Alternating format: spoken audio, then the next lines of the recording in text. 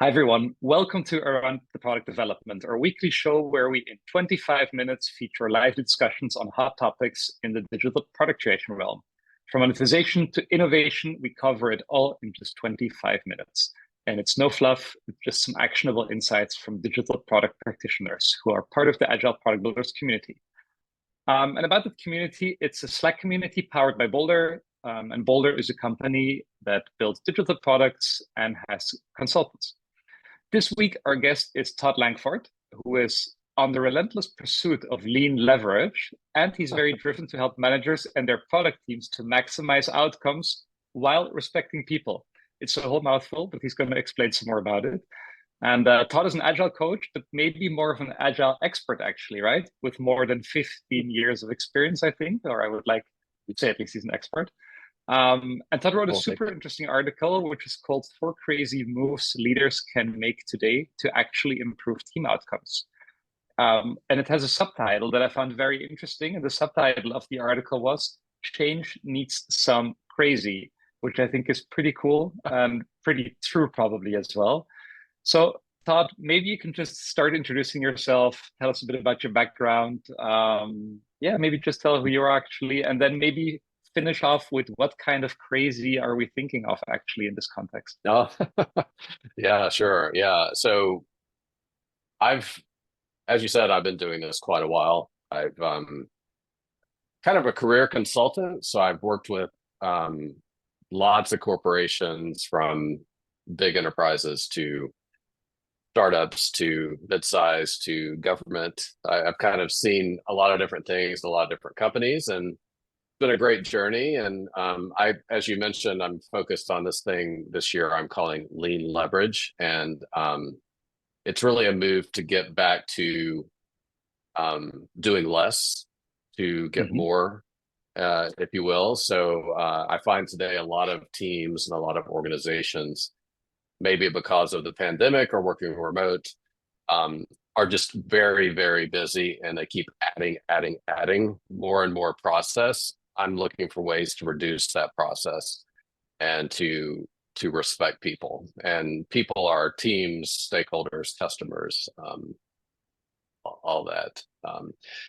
As far as so getting into the article, so the crazy moves really came about from I've seen the state of things today as being almost cookie cutter as far as like what companies are doing these days. A lot of companies have deadlines for everything. I see, because of the remote work, I see people working alone more today and less together and collaborating.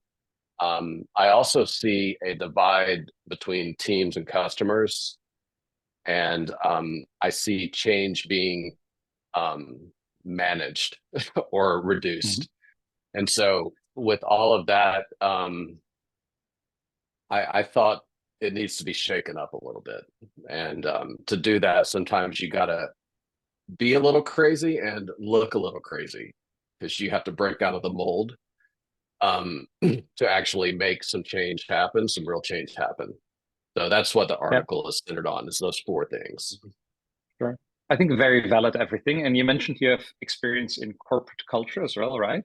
And if I was looking at your article, you mentioned actually the divide between what corporate culture requires and what is needed by teams to truly perform, right? So like following the rules versus maybe not following the rules. Maybe you can elaborate a bit on that. Yeah, sure. And it's not saying like break the law. What I'm saying is, if you really want to, the change that needs to happen today can't happen from a couple little tweaks, right? It needs almost a seismic shift. And you often, as a manager, you don't want to look different. Most managers get promoted and because they are following the rules and they follow the playbook and they do what the organization desires them to do. And what the organization desires them to do is typically the status quo. It's what they've always done. And so when you step outside of that mold to do something different, you're gonna look a little crazy.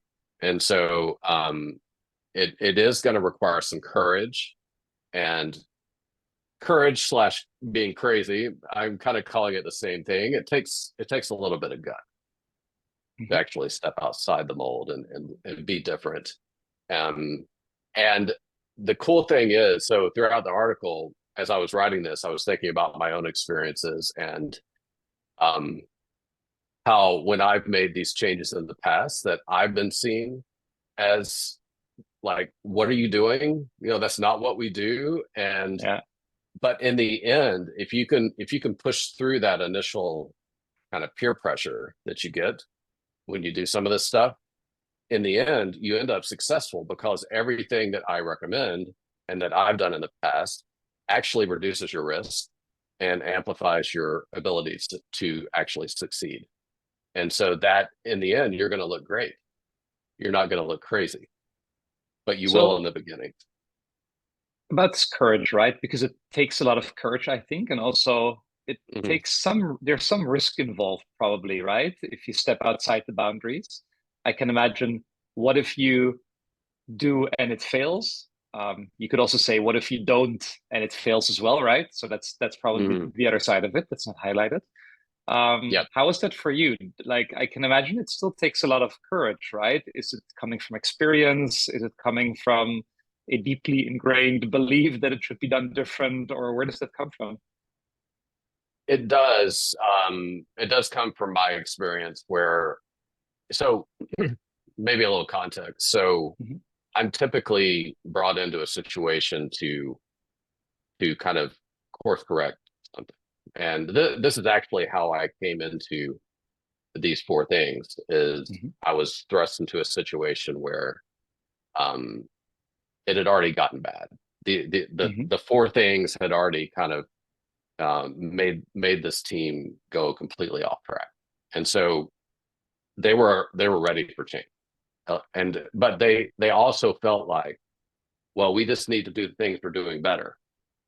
And I had to shake out of that mold to actually reduce the risk, even though it adds a little more risk on me. It actually reduces their risk in the long term, but you have to push through that initial resistance that you get. And the cool thing is about these four things is you see almost immediate value. So it's not like you're waiting months and months and months. So when you do any of these four, you could do any of them actually and start seeing value out of it within a few weeks. But you got to try it. And you have to be willing to step outside. If everybody else is setting deadlines and you're not going to set a deadline, well, you got to take a little bit of heat until you can show that, well, we're actually going to focus on value. And we're going to start trying to deliver value for the customer. And if you can do that, then you're quickly going to start delivering value for the customer. And that's going to get noticed. And the other angst around you're not setting a deadline is going to go away. Yeah. So you come in what you call bad systems, right? Or I think companies where something doesn't work the way it should work, probably. And then you try to correct it, as you mentioned, right? But you also mentioned in the article that you used to be a rule following manager, right? Like probably many in the companies.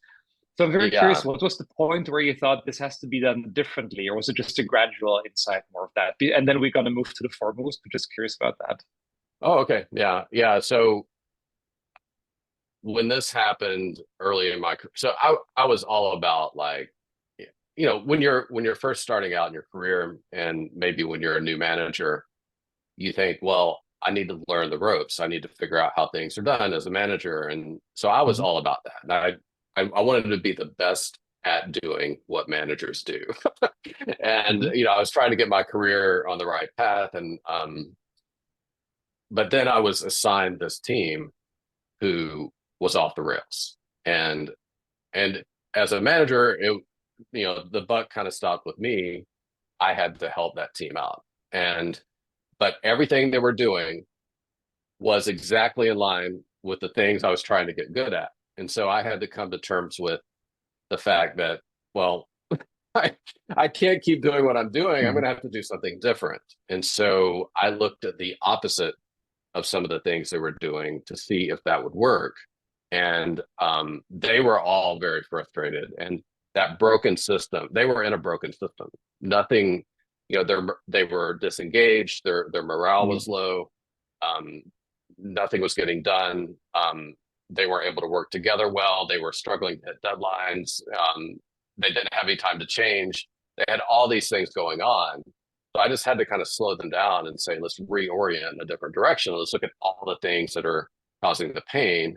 And it was these 4 things. And so that allowed me to kind of work with them to course correct. But I had to challenge what I thought was the right path at the same time. So I had to learn to work with my leadership to say, hey, this is what's going on. This is causing it. I know it's what we normally do, but we need to change the game for this team.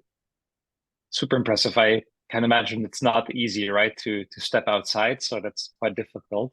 And then also let's move to these 4 moves, right? Because I think we're curious about them. And the first one, it's about value, not deadlines, right? If I can call it like that. Maybe you can briefly share what it is or what you were thinking about or how that works in practice.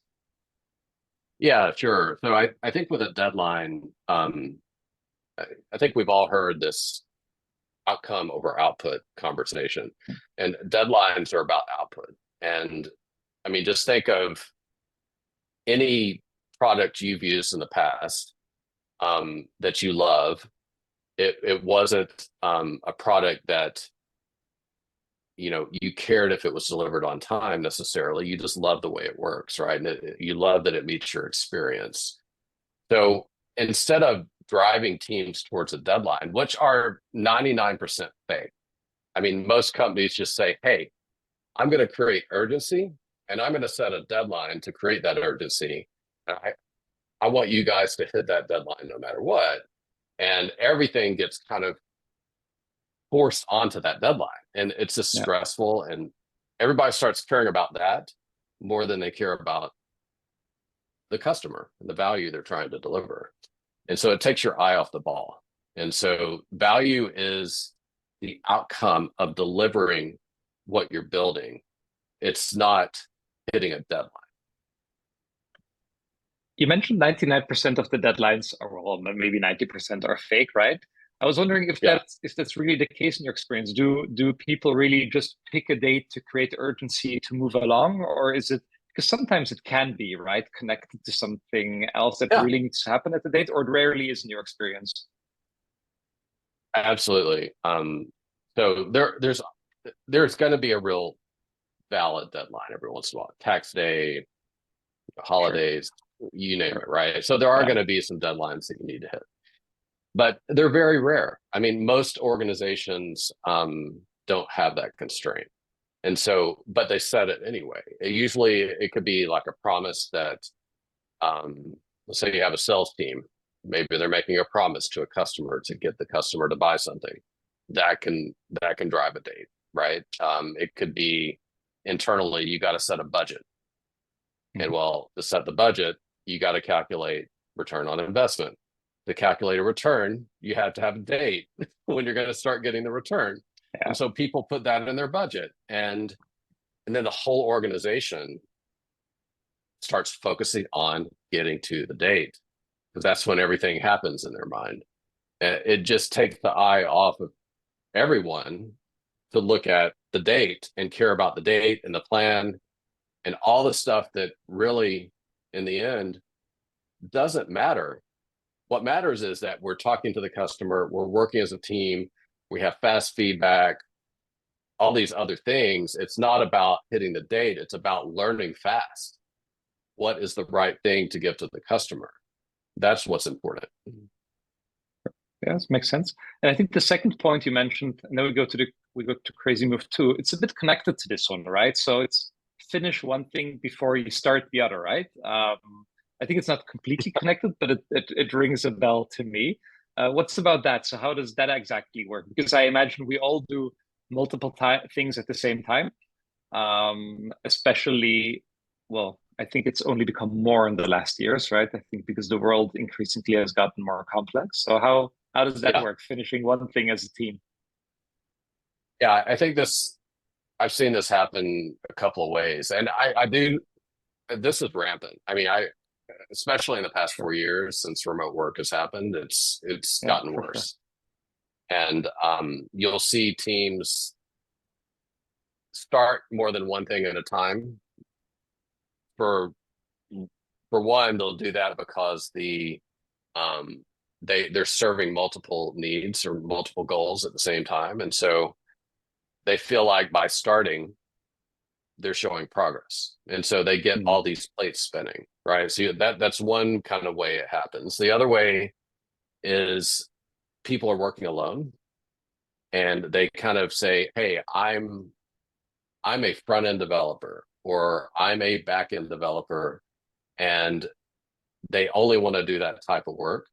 And so what happens is all the features that we're delivering to a customer get divided up into these tasks for front end Mm. developers or back end developers or whatever, and they only do that one thing. And Mm. so they end up having multiple things in flight because they're just cranking out front end task after front end task for multiple needs across the board and multiple features. And you end up with all these stacks of tasks that are finished but not tied together. And so I see both of these things quite a bit. And what happens is everything takes longer when you start more than one thing at a time.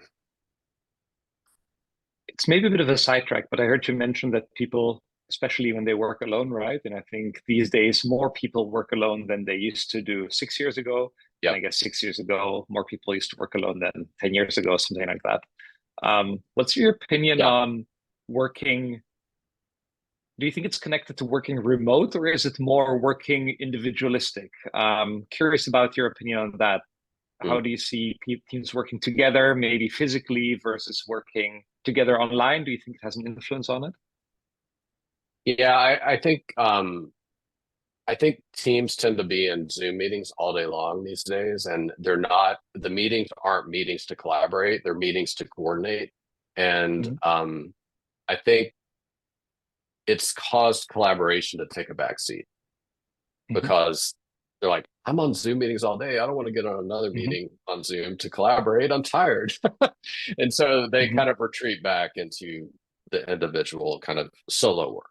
And I think what we need to find, how do we get rid of some of these other meetings? So a lot of the meetings to coordinate are to basically take all these individual people working alone and somehow coordinate what they've done to figure out when we can put it together and make it work.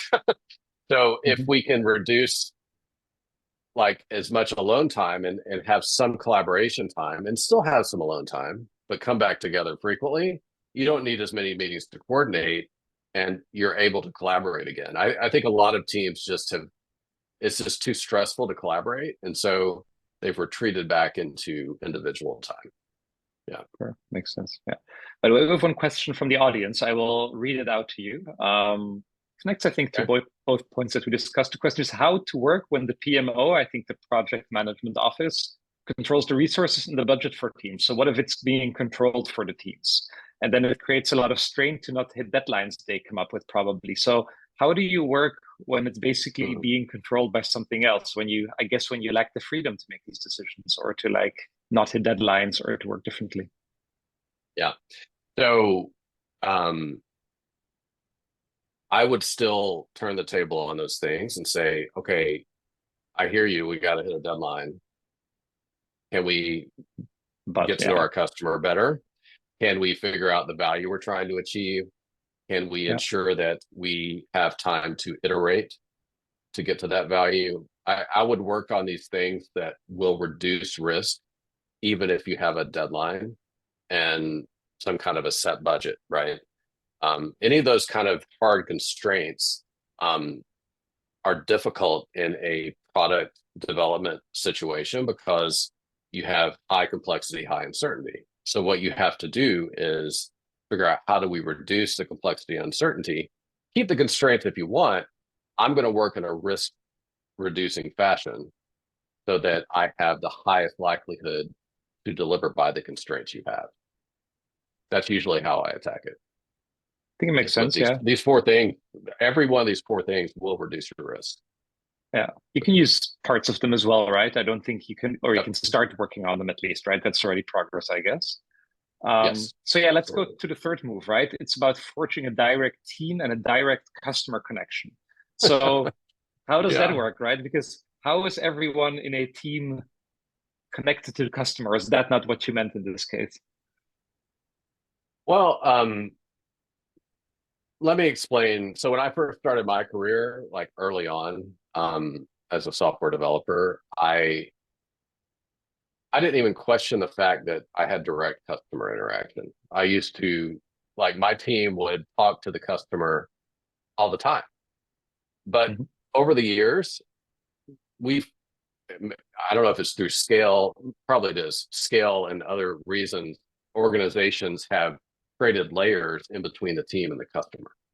And like I'll find today, the teams don't even know who the customer is, who the stakeholder is. What they know is their ticketing system.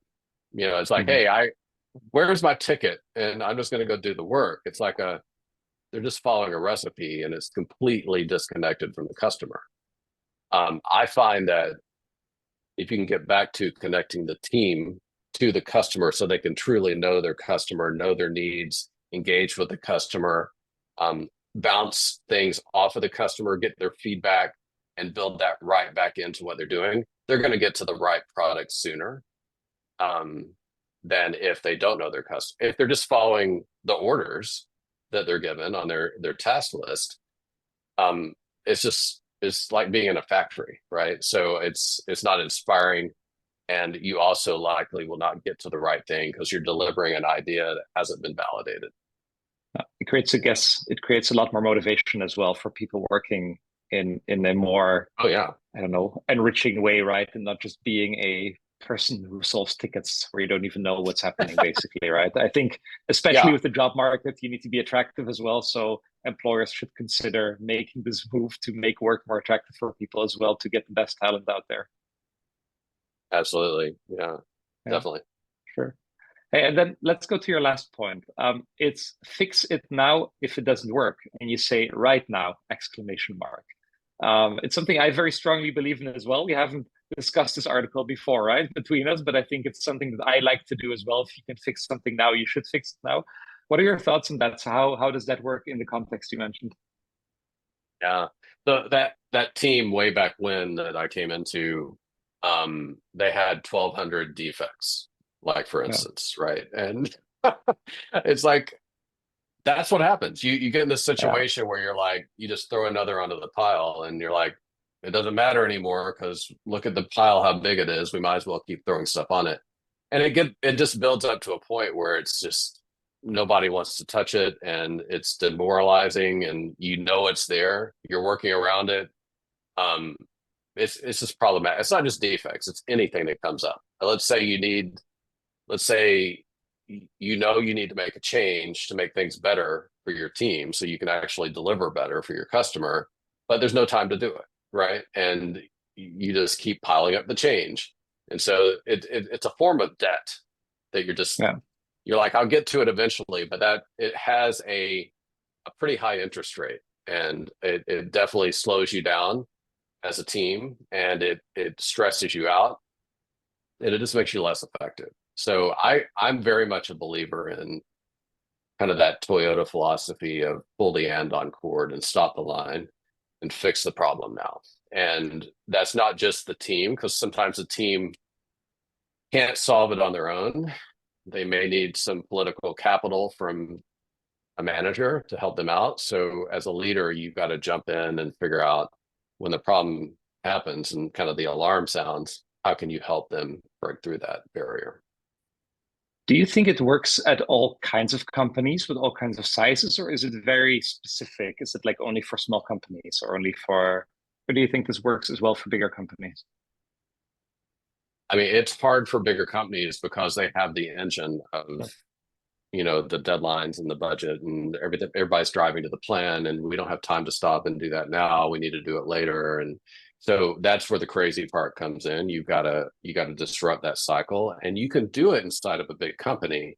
You just have to kind of create, okay, how can we let's try it with this one team, right? And Yeah. it's small and contained, and let's try it out with this team, see how it works. And if it works well, maybe it will grow and propagate. Yeah, sure.